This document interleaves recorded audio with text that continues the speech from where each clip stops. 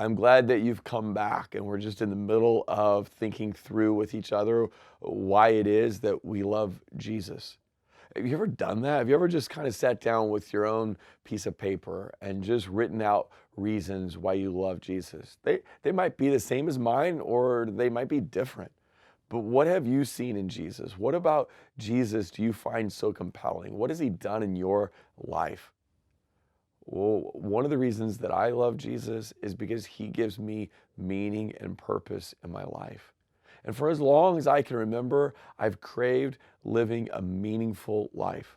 One of the things that scares me, and I don't know if this is unique to me or not, it's hard to know what's in other people's heads, but one of the things that has always scared me is to live a life that doesn't matter, to live a life and to have gotten to the end of it and then thought, well, what was the point? It really didn't make a difference. It really didn't go anywhere. It didn't really contribute to anything.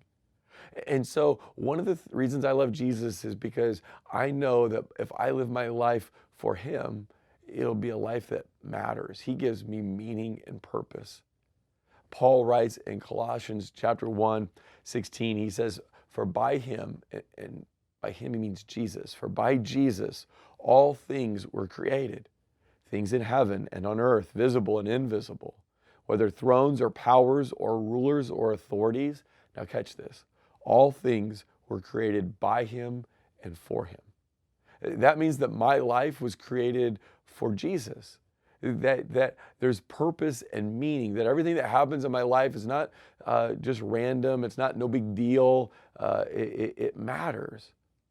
So one of the stories that I've heard told in the past is by part of Greek mythology. It's about a guy named Sisyphus who was consigned to roll this huge rock up a hill, but this was a part of his punishment. And so when he got to the top of the hill, the rock invariably slipped from his hands and rolled all the way back down, and he had to start over again, rolling that rock up the hill, back down, rolling the rock up the hill, back down.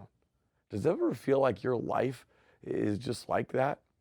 Maybe a modern day version of that would be kind of typing out a PhD dissertation, and then at the very end, your power goes out and you lose it all and you hadn't saved it. And you got to start back the next day, typing it all out in order for it all to start over again the following day.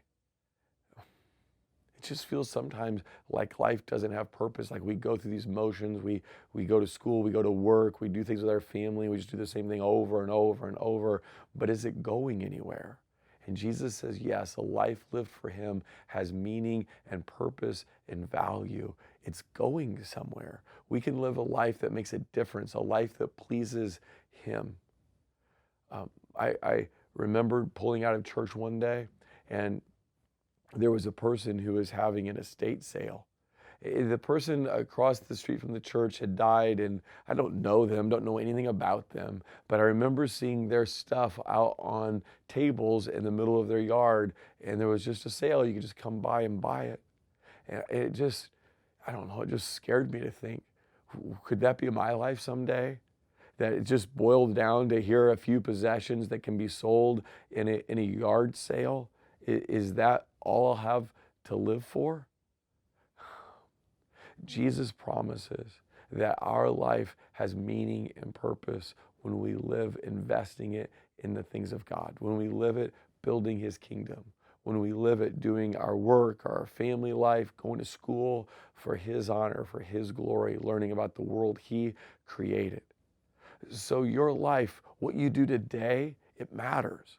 Changing that diaper, mowing your lawn, getting your oil changed, going to work, it matters. Pursuing excellence in your education, it matters. It matters because Jesus matters. It matters because his kingdom lasts. It matters because you were made by him and for him. I love Jesus because he gives my life meaning and purpose. See you tomorrow.